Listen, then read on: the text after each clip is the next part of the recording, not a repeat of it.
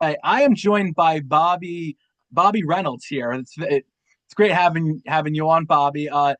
Yeah, I know you played in the NHL in the past, but tell everyone a little bit more about your background. I really wanted to have you on, but tell us what you do, where what you've done in the past, or what your kind of role is in when you talk about expansion or relocation, what you kind of what your background is. So, real quick, my background played college hockey for Michigan State. We won a national championship while I was there, so that was awesome. I was drafted by the Leafs in 1985. Played with them in their organization for a couple years. Played in Europe for 7 years, and then at the end of my career, I actually played in Houston. So that kind of is my connection to Houston. Been living in Houston for the last 14 years. Uh, Before Houston Aeros left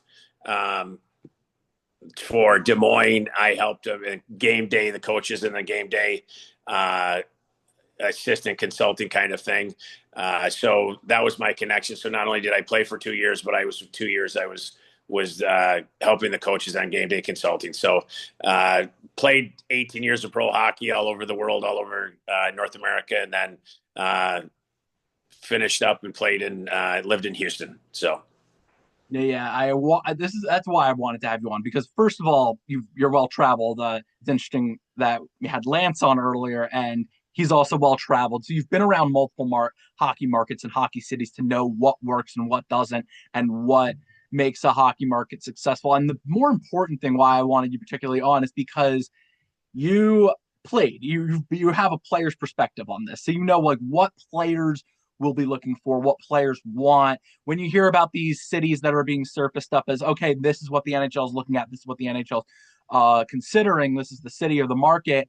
What players are which ones players would be interested in, which players would be like I've never played there.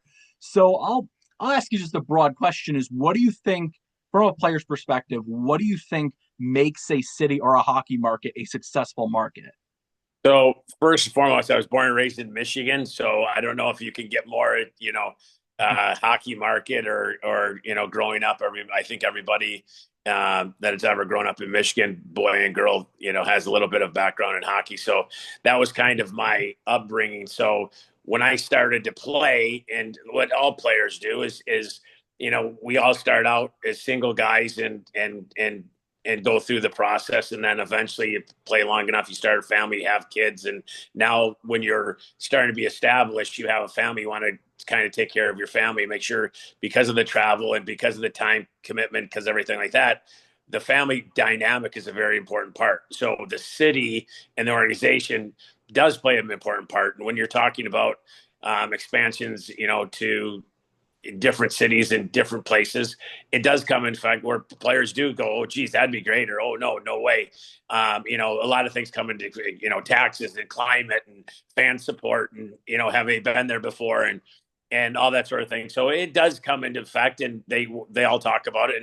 And again, I mean, I know I've talked to 3 or 4 guys that have playing or in the summer, and they're talking about it. And what if Houston gets a team and things like that? So it is a big deal to the players on where it goes, because that's where you're going to live. And a lot of times, like in Dallas, I've been coaching there, and my son's been playing there for the last 2 years. A lot of players end up staying there and living there because it is a great city to live in. It is a great market. The Dallas Stars incorporate a lot of their ex-players in their alumni association and things like that. So it is a big deal to the families, because inevitably, if you play there long enough, that may be where you stay and retire and live.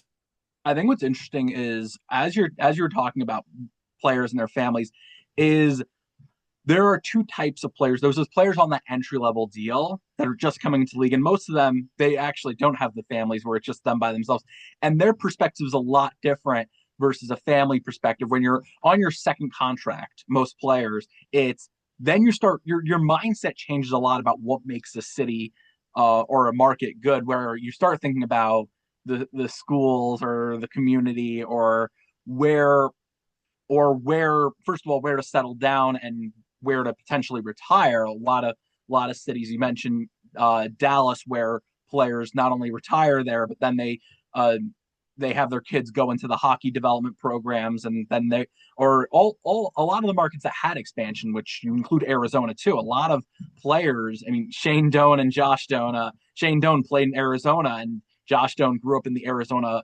development area. Yeah. And what's interesting is while you were talking about that, I kind of thought about how how much do because I feel like the veteran players will have a greater say in the type of market that is the first of all they're part of the players associations union usually and part of have a stronger say in the player unions. How much of veteran presence or a veteran voice will have in where the next city is versus younger players who are on their entry level deals, and to add to that, players who are not even in the NHL but are on the AHL team or developing and could be on the NHL team but really don't have a say. How much do you think that veteran voice is going to influence where the NHL looks? So couple things. When you're first second, you're just trying to get to your second contract, right? So you're at the rink all the time. You're training. You're doing a lot of things, and you're just going to live as close to the facility, to the practice facility as possible. So that's a big deal because where's the practice facility compared to the rink? Is there a lot of travel? Is it an hour? Is that things like that? So that comes in effect with that age group. The big thing that you have to remember now in the salary cap era is the success of all the teams dictate the salary cap, right? And so the more success all the teams have in all the areas and revenue, that kicks up the salary cap, which is then distributed to the players. And of course, who's getting the most the money are the older players that have proven themselves. They're getting the third and fourth contracts with the free agency or restricted free agency. So it is a really important situation to know that they're going to expand or go into a city that can be successful, that has money, that has fan support, that has a good climate, because they don't want to see anybody failing, because down the road, trickle effect, it does affect them. It does affect the salary cap. It does affect everybody. It affect in that all the way down to that guy, the entry level contracts. The salary cap goes up, the entry level contracts go up. So it affects everybody, downstream. But that's a big deal to making sure that the expansion or the relocation is successful financially because of those reasons. Yeah, and that's you mentioned the trickle down effect, and it's also applicable to coaches and GMs.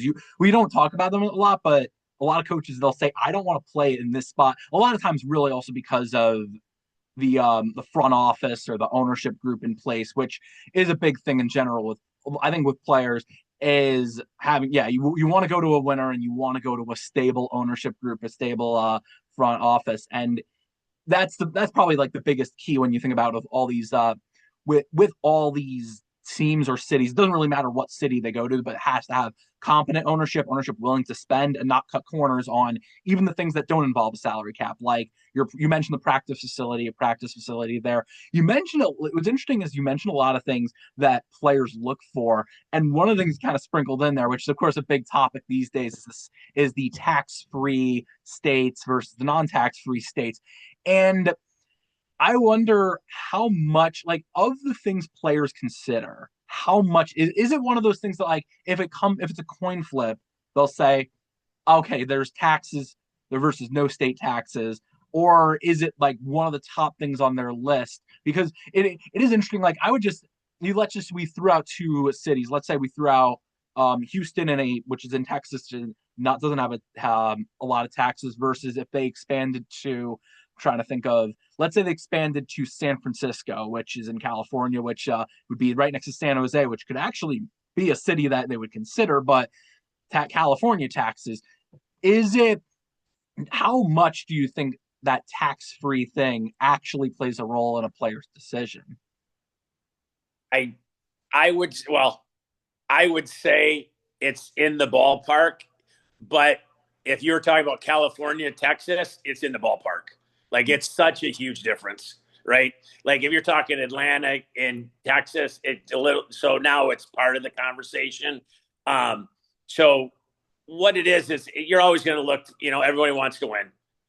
but really stable ownership and stable coaching. That's the two biggest things, right? And making sure that when you're going to a facility, going to an organization, the stability's there, and you're not changing coaches every year. You're not changing GMs every year. You know, the owner is a hands-on owner where not that he's making a lot of decisions, but he's there with ready able and being able to support the players and their families and things like that. So I think what you kind of said is everything is kind of there, and then all of a sudden you get down to one or two choices, and you really can't. I think that's a coin flip. I don't really think it is where you're going, oh my gosh, I'm doing this. I'm going to Texas right away, just canceling everybody else. So I really believe that it's in the conversation, not 1, 2, but it's in the top five. But the winning and stability is always going to be, because if those two take care of itself, everything else takes care of itself. You'll have a longer career, so you're going to make more money and the long run. So that kind of takes care of itself and things like that. So if you're, when you're talking about Rantanen and all of them that are monstrous contracts where they're trying to figure out exactly where you want to go, and it's a coin flip.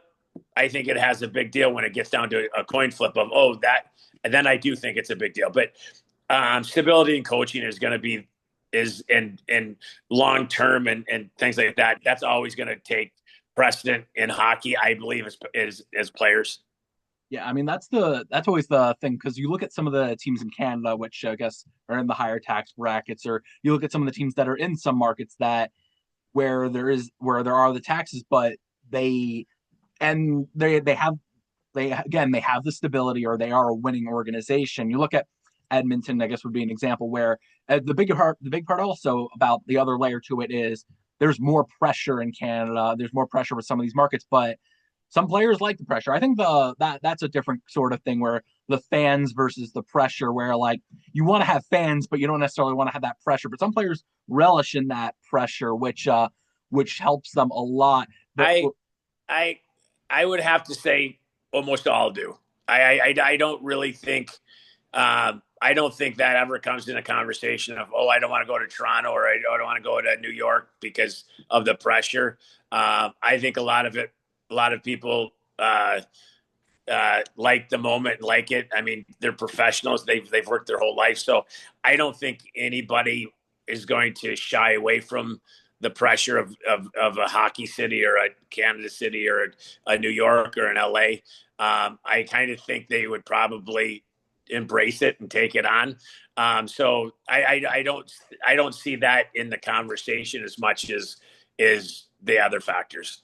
Well, yeah, I mean, because it is interesting. Everyone talks about Mitch Marner, who was in Toronto, and he was in it. Toronto, obviously, there's no greater pressure than playing in Toronto with the Maple Leafs, and he left this offseason, went to Vegas, which of course everyone talks about the taxes in Nevada, and also the fan base is very different in Vegas, where the pressure's a lot different. So people talk about that a lot, but I think again, like the winning when you win in a market, some markets, there's that the every market I think has its own advantages almost in a way that it's like if good teams know how to tap into those advantages and they get the most out of them. I one of the interesting ones is one of the interesting ones I think this is why Houston's a lot of the southern cities are being looked at for partially because Florida and Tampa have tapped into that success and have had it, but a lot of that the warm weather is that something you think a lot of players consider, or is it something that how big of an advantage is it where you say we've got palm trees or we've got beaches? Houston has a beach beaches right nearby, and they also have the lakes to the north. So you have all this all this stuff. How much of an advantage do you think playing it in a warm climate has, if at For all? some reason, it gets back to the kind of the tax thing. Some reason the warm climates have Florida and Texas have the tax, so it's a happy to go together. Um, yes, it is something you think about. I remember when I played in Houston, I remember telling people, I'm like, holy crap, if I'm going to retire anywhere, I'm retiring in Houston because I want to golf every day. I don't have to worry about shoveling my car off and things like that. So I guess it's a perk. I don't know if anybody's going to pick Houston because there's no snow, but it's one of the perks. And then once you get there, then it's completely different, right? Then it's like, oh, this is a really good city. The people are awesome. The support's great. And oh, by the way, it's 80 in January. That then it's the kind of the secondary part. It is interesting, by the way. You mentioned the warm climate and taxes go hand in hand. It's interesting because the one of the states that doesn't is Seattle, the Washington State, which Seattle Kraken play in, but people don't really seem to want to go there as much as not as big a desire to play there versus in playing in some of the other places, partially because Seattle's not a winning organization. At least they haven't been so far. What's interesting is with travel, and this is one I think about because I think the league actually cares a lot about having teams that are very accessible travel wise. I wonder from a player's perspective what, because I think there's a few layers to travel, which is obviously being close to your practice facility, being close to your arena, being close to the community, especially if you're a player with a family where you're going to be in I guess the suburban part or the part where there are you can raise a family and have them in schools, and you're close to the practice facility and you're close to the arena and all that.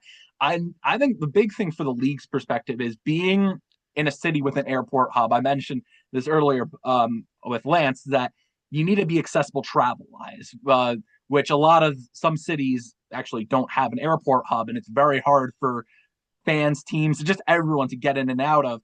And the subsequent part to that is an AHL team that's going to be nearby because the new CBA rules where a player that gets called up or down has to play a game and then before they get called up or down, so you don't have all those like GMs doing the paper transactions and all that shenanigans. So I wonder, like, what when it comes to travel, like, what exactly when a player says I like to travel or I really liked coming here for the travel, what what exactly would they say is like most important part of that? Because I mentioned a few layers to it. What do you think is the most important part of that?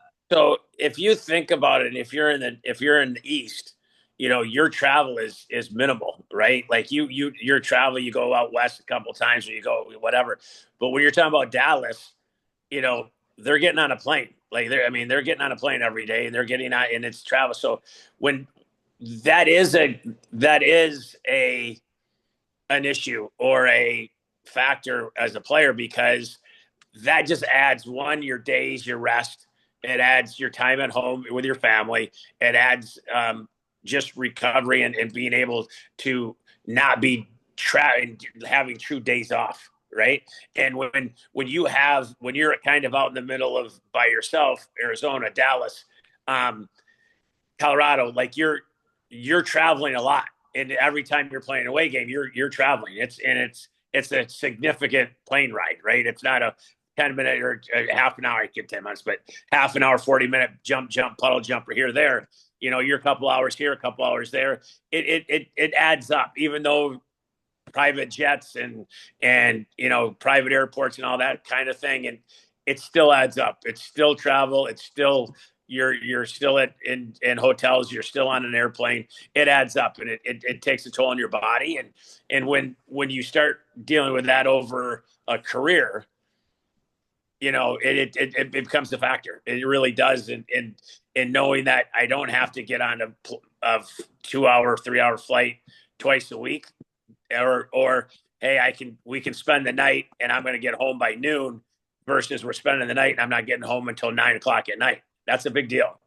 I think that's something interesting because the cities that some of the cities that the league is looking at, Atlanta, for example, which obviously they have one of the biggest airports, and talk about an airport hub, they have one. They don't have to worry about that. Or travel wise, from that perspective, they don't have to worry about that. Atlanta, you look at Houston is a big airport hub. They don't have to worry about that. But at the same time, you look at some of the other cities that are in that mix that couldn't have have an NHL team. You look at Portland, for example, where if a team goes to Portland, yeah, they're on the West Coast where the travel to the Eastern Conference would be hard, but Seattle's right there. You have San Jose's right there. You have Vancouver's right there.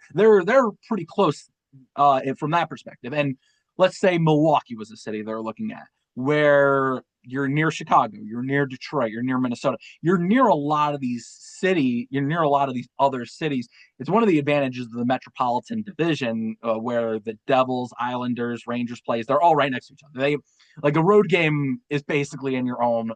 home. I think what's interesting is I'm mentioning all these cities. I wonder with that in mind, which cities like I would just kind of throw out a bunch of them, but if you're a player, like which ones would you say like I still want to play for that city or where would I want to play? Because I know you've been in Houston for a while and obviously No, you no, no. So it's funny because when you were saying that, the Portland, Quebec, uh, Milwaukee, Atlanta, it was funny because I was thinking, well, then all of a sudden the warm weather, the taxes become a bigger thing, and the financial support for corporate sponsorships, becomes important. So it's funny, the other topics that we've spoke about, now those become bigger issues, and those other than, and I think that's what the NHL is doing. I think the NHL is taking every topic that we're talking about and kind of seeing what cities are the average are in there and have the best average. If it's rate 1 to 5, the ones that are on the most, they're probably gonna be the ones that get the teams, right? So that it was funny when you were saying that because I was thinking to myself, well, Portland, yeah, it's close to them, but I don't know about the corporate sponsors and that and everything. So it was interesting that it sparked something in my brain where all of a sudden I'm thinking, well, I don't know. I think Atlanta would be way, but you're talking about the same flights and kind of proximity that Atlanta would have. So yeah, I think what's interesting is that Portland particularly would be it's a big tech city, so I guess the tech sector helps out in that perspective. But it's interesting. I mean, yeah, I'm mentioning Milwaukee. I'm like, well, I guess beer and cheese are big there, but so that's not the same as not the same type of endorsements. Although Milwaukee's a big city, so like I can't really I'm not gonna yeah, be too critical. hockey, and they've had the Admirals for a long, Yeah, long time, right? So it's a hockey city.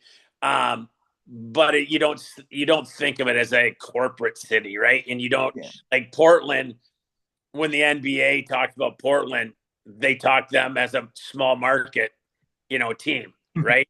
So right there, I mean, I'm assuming that's a side note or an asterisk of, hey, listen, when a pro league is referring to that city as a small market, how are we going to go in there and be any different?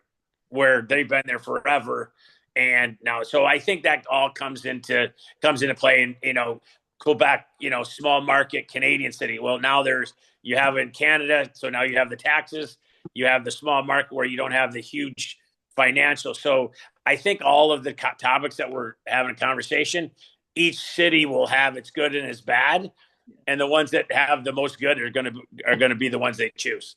I think what's interesting, yeah, because I think like the league is kind of looking at a checklist and saying like, all right, we have this list of things that we need to have in a city, and if we check off all these boxes, that's the one that's going to get a team. I'll be honest, I didn't think Salt Lake City was going to be in, but I guess when you have an owner who's willing to put his money where his mouth is, and Ryan Smith, Yeah. and get a team there changes a lot of things. I think that's kind of like why I could run through. I ran through them with Lance, but I'll run through with you with like the ones that I have or my checklist of like what I think the league would look at or what makes a market successful. And some of them you kind of push back if you want, but I'll just kind of run through them. Big population. You got to have a lot of people and you got to have a lot of money with that in mind. Infrastructure for hockey, which I think is interesting, where you need to have the arena, which a lot of cities have. I think the other layer to that is you need to have first of all an accessible arena, which some people say needs to be in the city, it needs to be in downtown. Some people say it's actually better to have it in a suburban area. The Florida Panthers have shown that you could have it in the suburban area, and it doesn't need to be in the city itself, and it's still successful. But accessibility, and I think another part to that is a lot of places already have a basketball arena, but one that you can have that going from basketball to hockey is a harder transition than people think. I think Utah's experiencing this firsthand. The Brooklyn Nets, who hosted the Islanders for a few years, saw the pitfalls of that. But I'll just quickly run through. There's Arena probably arenas that arena that are built for basketball aren't always the greatest for hockey. It's just the angles of the seats and how it's shaped and how there's things in the corners and things like that. Just because it's you can play basketball doesn't mean that it's a good hockey venue for sure. 100%.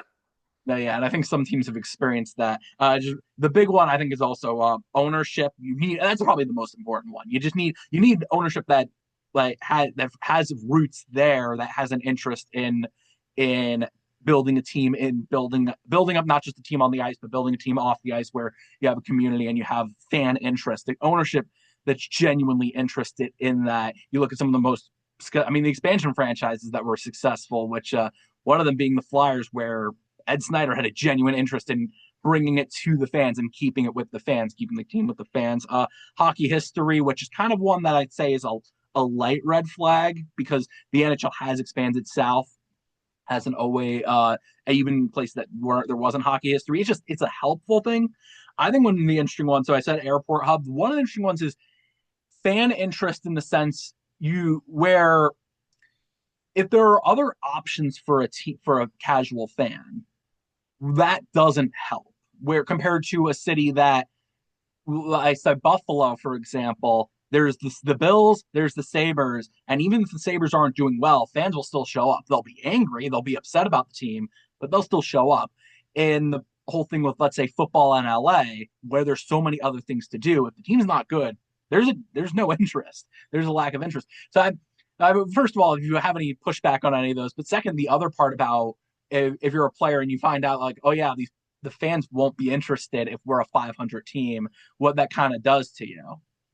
So any expansion team or any move, you're going to have about a 5 year window to prove yourself and to kind of and grow the game. I mean, the Dallas Stars were phenomenal at growing the game and making sure that all the city is in it, all the in-house kids, all the learn to skates are under the Dallas Stars umbrella and really promoted it that way instead of just spending advertising dollars in different ways. So they were really good at getting people.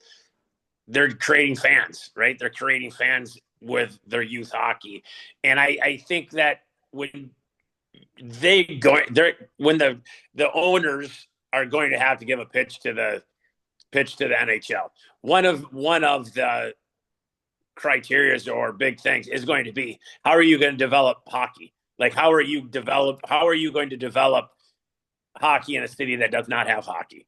Right? So what is your plans? How are you going to do this? And there is now concrete, substantial, this is how you're doing it. This is what you're supposed to do. This is how you're going to do it. And a lot of it takes man hours. A lot of it takes money, right? So how are we going to do this? Do you have the demographics in certain areas to do that? Do you have the demographics where you have, yes, you want the city downtown, but is it a business city or is it a, people city? Is it all business and no one's down there? The city's a ghost town at 5:00. Well, that's not a good downtown to be in, right? So I think those all come into play when you're talking about where you're doing it. Now, from a player's perspective, I think the development is an important thing because development means more fans. Development means more interest in the team. Fans more support, family support, player support, things like that. So I think for a player, their thought process and development, how are they going to develop? How are they going to develop in Atlanta? They've already had a team. They left. Why are we going to be different? Arizona, if they would, a topic, why would it be different this year or this time? So I think each city that will have to have a very, very clear, concrete, this is how we're going to develop hockey. And this is why we think we're going to do it.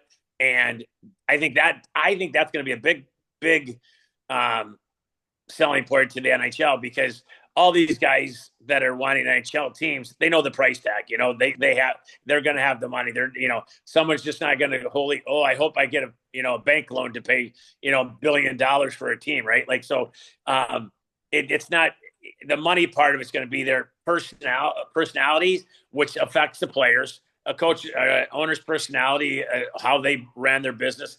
You know, I mean, think about all the type of owners across all the sports. You have hands on their side of the, their side of the court, they're on the football field, and you have hands on or hockey teams or football teams, or you have ones that you never see, and they're some of the most successful. You can't, I've been able to meet the owner of the Las Vegas night. Like, he walks around and interacts with the fans during the games and has seats, and he's a very hands-on there, wants to be part of it and things like that. So you're going to have different owners and different things.